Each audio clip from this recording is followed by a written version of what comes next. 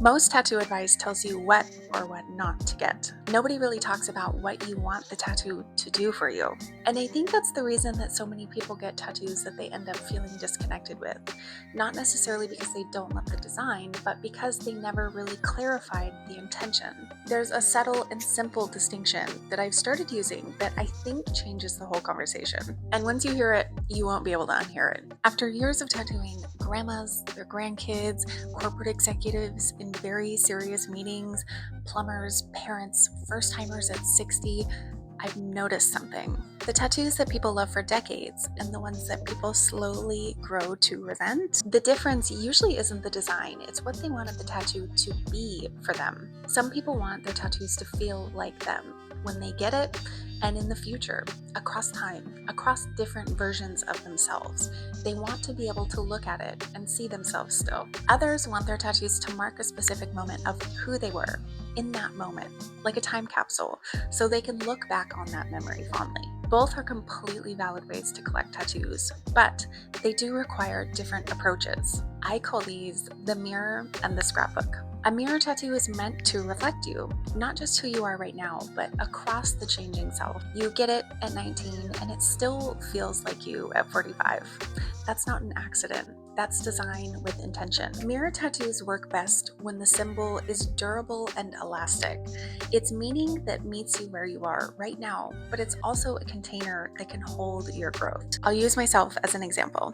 My very first tattoo, and admittedly my most generic one, is the phrase, "This too shall pass." It's not a visually sophisticated tattoo, but it is, ironically, one of the only pieces from my first years of collecting that I still love and relate to completely, because it is deeply resonant to my lived truths, and it's elastic. I can tell you right now that 60-year-old me will still appreciate it. It doesn't just reflect who I was, but it still reflects who I am, and also who I'm becoming. There's no version of my story where that phrase doesn't meet me. That is a mirror tattoo working exactly as intended. A scrapbook tattoo is something totally different, and it's not lesser.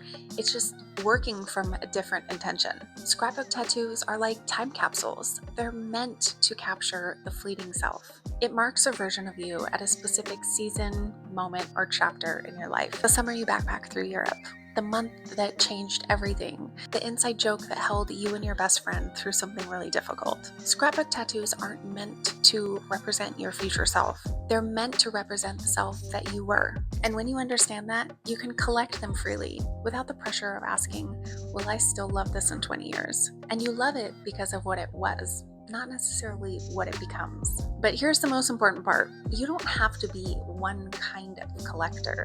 Your collection can hold both. Your collection can be whatever you want it to be. That scrapbook tattoo you got on vacation can live right next to the mirror tattoo you thought about for 3 years. They don't conflict with one another. They're meant to do different things. The point isn't to categorize yourself. It's to understand your intention before you book your next appointment, because the approach significantly changes what you're going for and what you want your tattoos to do for your future self. If you're going for a scrapbook tattoo, know that and let it free you. This piece doesn't have to reflect your whole story. It just needs to be true to the moment you're marking. That's its job, and it's a beautiful one. Either way, knowing how you want to collect your tattoo empowers your choice.